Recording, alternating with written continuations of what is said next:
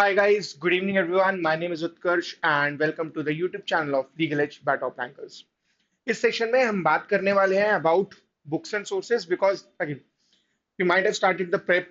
हमने सोच लिया हमें एग्जाम देना है, हमने अपने टारगेटेड एग्जामिनेशंस भी सोच लिए होंगे अभी तक, right? But again it becomes very important कि वहां पर वी नो कि हमें क्या पढ़ना है, कितना पढ़ना है और कहाँ से पढ़ना है।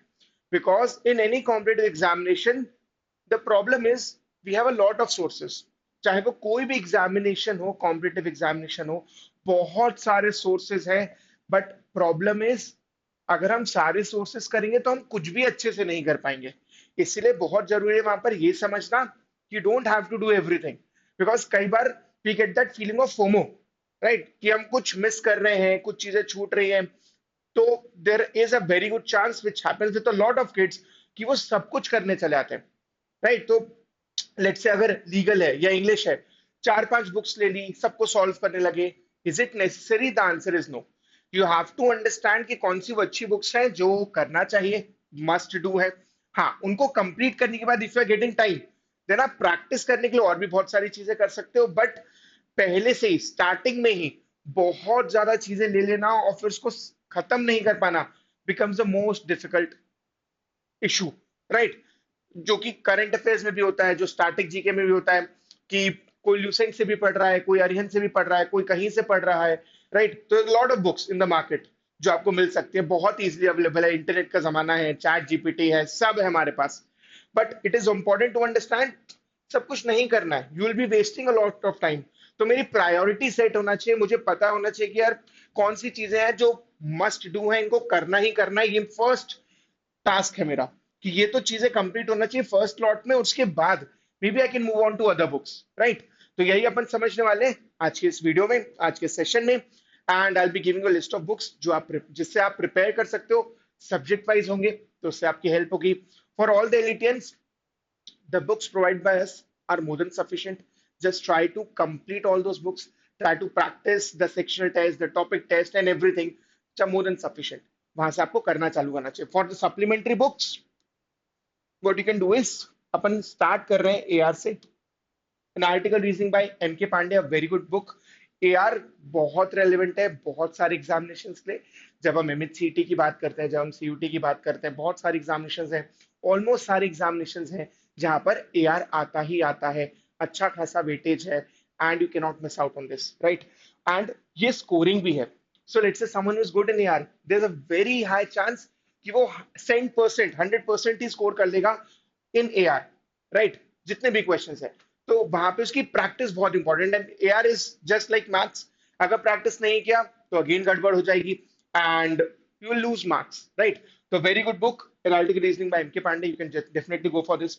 जब अपन इंग्लिश की बात करते हैं तो Word Power Made Easy, again a very good book for NLSAT हो गया या एनएलईओ का एग्जामिनेशन हो गया, एमएचसीटी हो गया, बेसिक इंग्लिश के लिए भी, right? You can go for this.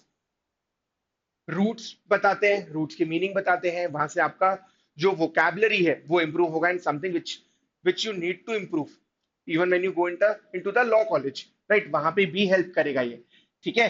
तो इसका अपन को ध्यान रखना है। यहाँ से अपन बहुत सारे वर्ड सीख सकते हैं, वोकैबलरी में हेल्प करेगा।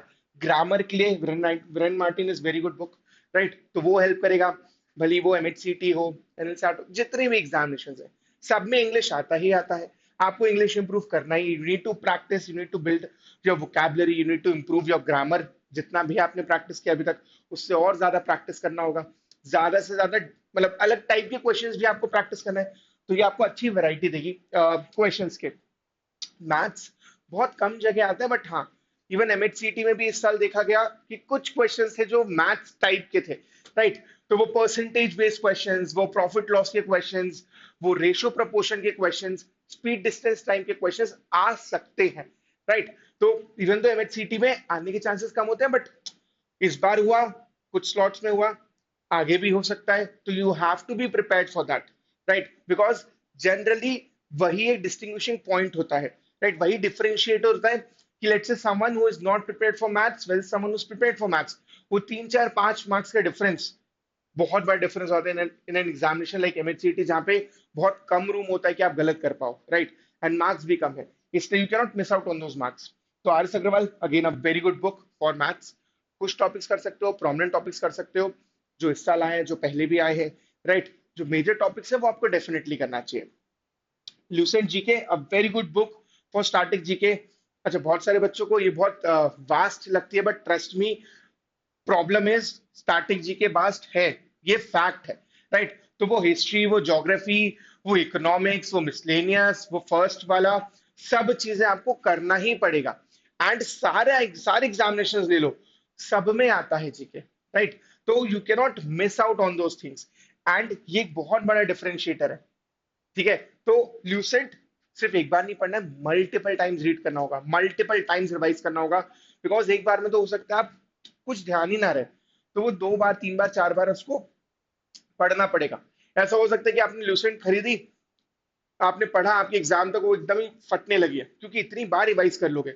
एंड इंपॉर्टेंट है वो, ठीक है। तो ल्यूसेंट वेरी गुड बुक, पढ़ सकते हो, यहाँ से काफी सारी चीजें कवर होंगी एंड अच्छा कवर हो जाएगा आपका। करंट अफेयर्स कंपेंडियम्स, वो आप कर सकते हो, right. We also provide a magazine, monthly magazine, तो वहां से हेल्प हो जाएगी कि आपको पूरे महीने का करंट अफेयर्स मिल जाएगा। Because current affairs again is very vast, इतने सारे टॉपिक्स हैं और हर टॉपिक में बहुत डेप्थ है। तो आप इवन एक टॉपिक को लेकर 2 दिन 3 दिन भी पढ़ सकते हो, इतना वास्ट है। बट क्या सब कुछ पढ़ना है मुझे? The answer is no. मेरे एग्जामिनेशन में इस डेप्थ में नहीं आता है, जो मे बी यूपीएससी में आता होगा, या कहीं के पीएससी में आता होगा, या इवन फॉर किसी जुडिशरी में आता होगा, इतना डेप्थ में नहीं आता है। बट हाँ, करंट अफेयर्स आता है, आ सकता है, आता भी है, और ज्यादा भी आ सकता है, ऐसा भी हो सकता है। तो you have to read a lot. And current affairs हो गया या इवन जीके हो गया, जिस भी एग्जामिनेशन में आता है, दैट मीन्स कि आपको बहुत सारी पढ़ाई करनी पड़ेगी। क्योंकि वो भले 10 मार्क्स का दिखे, वो 20 मार्क्स का दिखे, वो 30 मार्क्स का दिखे, बट उसके लिए ना एफर्ट्स बहुत करने पड़ते हैं, आपको बहुत सारा पढ़ना पड़ता है, रिवाइज करना पड़ता है। क्योंकि अगर उसमें नंबर अच्छा आ गया, बहुत कम टाइम में you can score a lot of marks, right. और उतना ही गड़बड़ भी हो सकता है, इसलिए उसकी प्रैक्टिस इंपॉर्टेंट है, उसकी रीडिंग इंपॉर्टेंट है। फॉर लीगल, अच्छा, जीके टुडे भी देख सकते हो आप for current affairs, right. We can you can also use Top Rankers website, जहाँ पे डेली वन लाइनर्स आते हैं, सारी चीजें आपसे आपकी यहाँ से प्रिपेयर हो जाएंगी। For legal you can use AP Bhardwaj.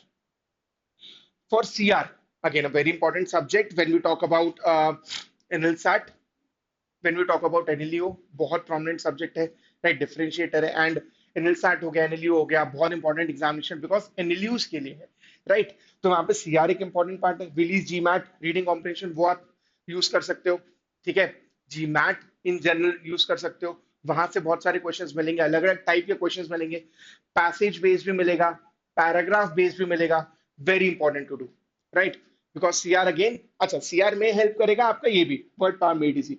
तो ग्रामर हो गया, ये सारी चीजें जो कॉम्प्रिहेंशन वाला पार्ट है, जो पढ़ के समझने वाला पार्ट है, that will be very helpful, right? And for legal reasoning, again, you can use this as well. Release exam expert, legal awareness and legal reasoning book.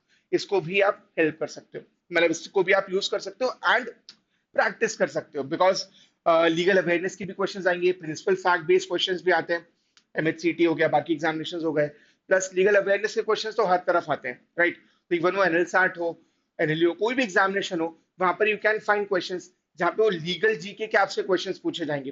That could even be कि first CGI कौन थे, first solicitor general कौन थे, attorney general कौन थे, इस type के questions पूछे जा सकते हैं, अमेंडमेंट्स पूछे जा सकते हैं, इंपॉर्टेंट केस लॉज पूछे जा सकते हैं। तो इन सारी चीजों के लिए आपको एनीवेज प्रिपेयर्ड रहना है, और जितने ज्यादा क्वेश्चंस करोगे वो इंपॉर्टेंट है। प्लस बहुत बहुत सारी रीडिंग भी करनी पड़ेगी, ये भी सुपर डुपर रेलिवेंट है। बिकॉज लीगल है आपका, आपका जीके है, स्टैटिक जीके है, करंट अफेयर्स है, तो बहुत सारी चीजें पढ़ने के लिए। जस्ट मेक श्योर कि अपन अपने सोर्सेज बहुत ज्यादा ना रखें। मैंने भी कोशिश किया कि मैं बहुत ज्यादा सोर्सेज बताऊं भी नहीं, because again that can be very confusing, right. तो लिमिटेड सोर्सेज रहेंगे, उनको एक बार कंप्लीट करो, बार बार पढ़ो। Because when we talk about even Lucid GK, ऐसा नहीं कि मैंने एक बार पढ़ा मैं दूसरी बुक भी पढ़ लेता हूँ। इसको कंप्लीट करके इसको कम से कम 3 से 4 बार पढ़ना पड़ेगा आपको, right. And this would take months, right. Lucent G K अकेले पढ़ना वुड टेक 2-3 मंथ्स, उसके बाद आप उसका रिवीजन करोगे। तो बहुत सारे सोर्सेज में मत जाना। जनरली टेंडेंसी होती है टेलीग्राम के आने के बाद से कि बहुत इजीली कंटेंट मिल जाता है, और बहुत सारी चीज होती है, डाउनलोड ही तो करना है, इंटरनेट भी है, बहुत इजी होता है। But problem is you will be just confusing yourself. अभी समझ में नहीं आएगा, एग्जाम के पास ये समझ में नहीं आएगा कि किसको प्रायोरिटी दूं, किसको पहले पढूं, ये गड़बड़ होने के बहुत चांसेस है। जस्ट इंश्योर कि आप ये गड़बड़ ना करो, राइट, एंड अपने सोर्सेज लिमिटेड रखो, ठीक है। So that will be it from my side. Thank you so much, stay safe and पढ़ना चालू करो।